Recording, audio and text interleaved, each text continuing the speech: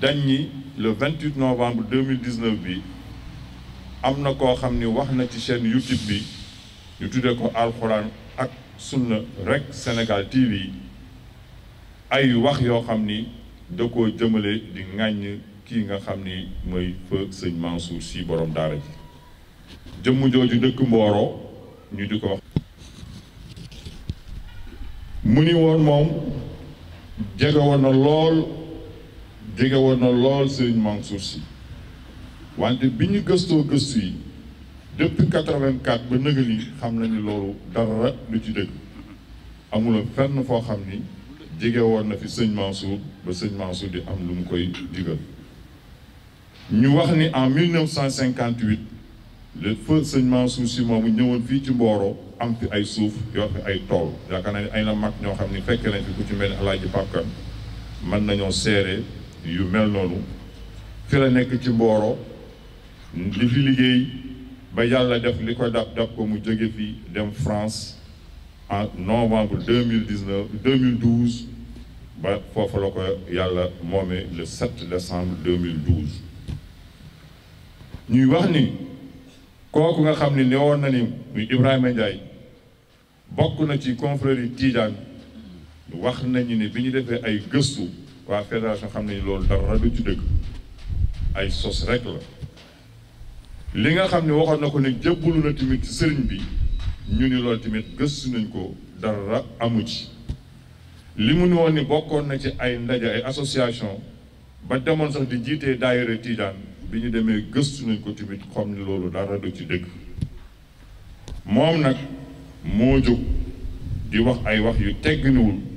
ci confrérie Tidiane boobu ba di ko wax jëmale ci kii nga xam ni mooy suñu kilifa gi fi bàyyi ko yàlla na yàlla yokk leeram muy sëñ Mansour Sy borom daara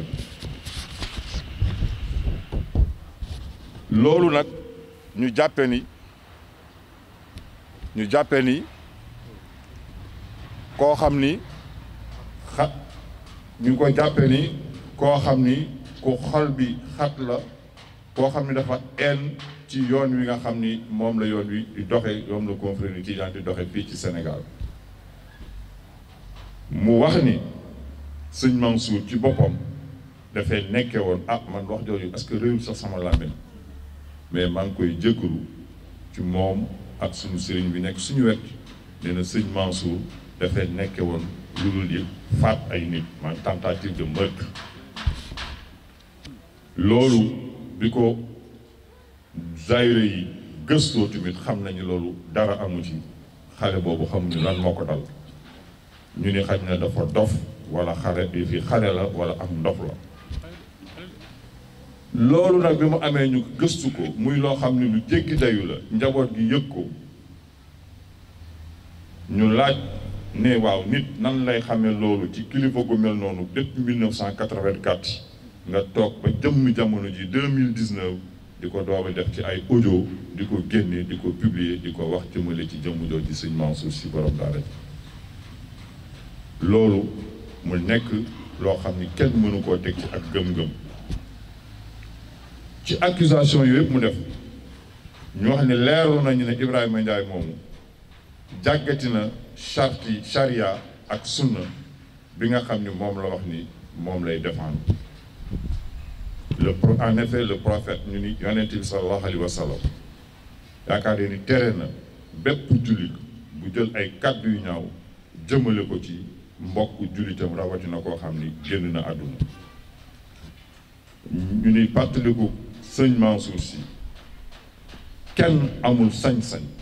di ko fàttaliku man wax caa wax lu rafet nga ca war a wax mais wuloo caa wax lu ñaaw moom tamit ñu gis ni bi ñu defee suñuy gëstu ci wàllu loi ndax loolu moo tax ñu yóbbu mbir mi ci yoon wax nañu ni jalgati na loi réew mi parce que boo demee ci article 362 du code pénal dañoo wax ni kenn ak foo mënti bokk wóoroo mën a ŋàññi kenn wala ay nit ñu bari boo ko defee yoon war na laa topp ba sanctionné la teg la ay daan bi loolu weesoo ci wax yu ñaaw yi moom Ibrahima Ndiaye moomu xamal nañ ni ba mu waxee loolu ci njabootu Mansour Sy ba léegi dafa mel ni léegi ci adduna bi yëpp ci réew mi ñëpp la ko wasaare donc dafa atteindre à la paix publique te wax ju ñaaw yu mel noonu ñu xam ni tey bu ci ak dal amul woon ak kilifa yi liñ ci wax mënoon naa dem ba yëngal am réew ndax ku ci nekk mën ngaa jóg ne damay fajal sama bopp te loolu commencé woon na fee am yaakaar leen ay kilifa ñoo ci jóg ne ànd leen ak dal bu leen wax dara dinañ ko topp fi ñu ko war a toppee. ñu wax ni am nañu benn plainte boo xam ni déposé nañ ko le 6 décembre 2019 ci kanamu procureur république du tribunal grande instance de Thiès. loola tamit yoon mi ngi ci dox li mu ci war a dox mi ngi ci en cours nañ ko bàyyi ci loxol yoon mais ci biir loolu la ñuy wax autorité yi agissement yu mel noonu nañ ci gaaw di ko lijjanti bala muy ëpp doole ndax taalibe yi mën nañu toll foo xam dootu ñu am sago te bu ñàkkee sago mën nañoo def lu jéggi dayoo. publication enregistrement bi tiijaan yi responsable tiijaanu Mbooro yi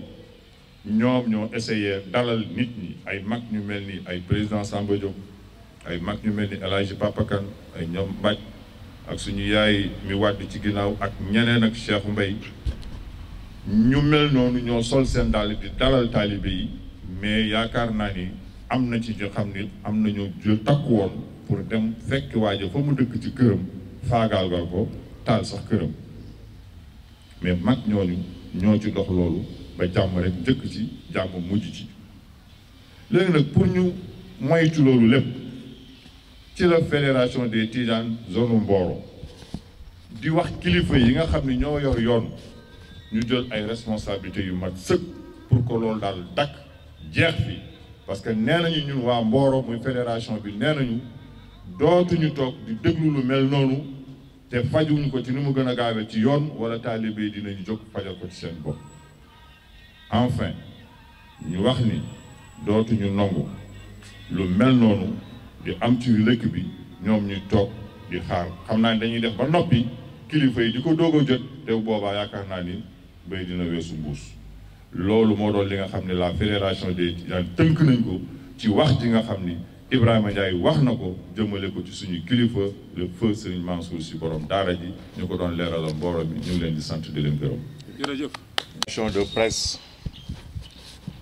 Donc, le 28 novembre 2019, un élément sonore a été publié dans une chaîne YouTube dénommée Al Quran ak Askanu RK Sénégal TV. En effet, l'enregistrement a été un choc pour tous les musulmans et plus particulièrement les fidèles Tidianes qui se sont sentis vivement offensés. Les propos en cause tenus par le sieur Ibrahima Ndiaye, domicilié à Mboro,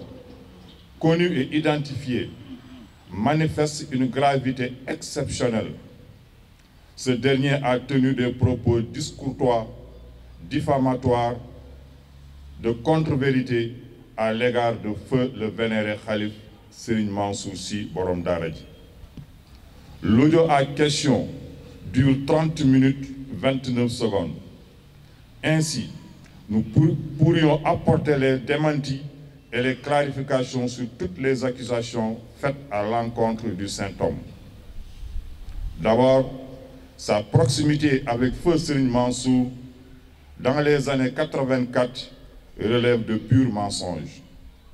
D'autant plus que ces aînés de Mboro qui ont eu à accompagner le guide n'ont jamais assisté à une quelconque rencontre avec eux. C'est le lieu de rappeler qu'en 1958, feu Serigne Mansour Sy s'était installé, avait acquis ses premières terres à Mboro. Depuis cette année marquant son installation dans la zone, les fidèles de la localité ont été à son côté dans la ferveur religieuse jusqu'en novembre 2012, avant son départ pour la France où il rendait l'âme le 7 décembre 2012. Ensuite, les allégations concernant son appartenance à la confrérie Tidjane est un pur mensonge. Son soi-disant acte d'allégeance au marabout ne pourra être prouvé en aucune manière. Il n'a jamais appartenu à une association de la confrérie, à fortiori diriger une daïra. Aussi, le Sieur Ndiaye a voulu jeter un discrédit sur la confrérie Tidjane en soutenant que l'acte d'abandon à celle-ci ne donne lieu à aucune sanction divine, comme l'a soutenu le saint homme Seydi Cheikh Ahmed Tidjane Chérif. Sur ce, sa posture se caractérise par la haine au soufisme, subséquent au bannissement de toutes les confréries au Sénégal. Enfin, il a accusé Feu Serigne Mansour Sy de tentative de meurtre. Ces allégations, sans fondement ni preuve, relèvent de fantaisie et d'enfantillage, à la limite même de folie. À la suite de ces allégations graphicisme, la question que l'on se poserait aujourd'hui est de savoir comment peut-on entendre de 1984 à 2019 pour sortir une telle audio avec tout ce que le Sieur Ndiaye a relaté comme fait. Cela est révélateur de sa mauvaise foi. Compte tenu de toutes ces accusations, il est clair que le nommé Ibrahim Ndiaye a violé la charia et la sunna qu'il prétend avoir défendue. En effet, le prophète interdit formellement à un musulman de tenir des propos malsains à l'endroit d'un défunt musulman. La mémoire d'un feu étant sacrée, nul n'a le droit de la manquer de respect ou de l'offenser. Il est aussi évident qu'il enfreint les lois de ce pays. Au terme de l'article 362 du Code pénal, quiconque aura, par quelque moyen que ce soit, fait une dénonciation calomnieuse contre un ou plusieurs individus doit être poursuivi et sanctionné. Outre la dénonciation calomnieuse, les accusations du Sieur Ndiaye portent atteinte à la paix publique, à la stabilité de ce pays et surtout à l'honorabilité d'un ministère des cultes et d'une autorité religieuse. C'est pour ces raisons qu'une plainte avait été déposée le 6 décembre 2019 devant le procureur de la République près du tribunal de grandes instances de Thiès. L'enquête a été déclenchée et il suit son cours. À cet égard, nous interpellons l'autorité publique pour que ces agissements soient corrigés sévèrement à la hauteur qui lui est siée. Depuis la publication de l'enregistrement, les responsables Tidjane de Mboro essaient de calmer les ardeurs et les esprits des jeunes qui ont voulu répliquer à leur manière, ce qui aurait pu entraîner des suites dangereuses. Pour éviter cette situation, la Fédération des Tidjanes de la zone de Mboro invite les autorités à prendre leurs responsabilités parce qu'elles ne peuvent plus faire face aux volontés de vengeance des uns et des autres. Enfin, il faut noter que nous accepterons plus jamais ces agissements et nous informons à l'opinion publique qu'à l'avenir, nous prendrons toutes nos responsabilités parce que ça n'est de trop. Fin de déclaration.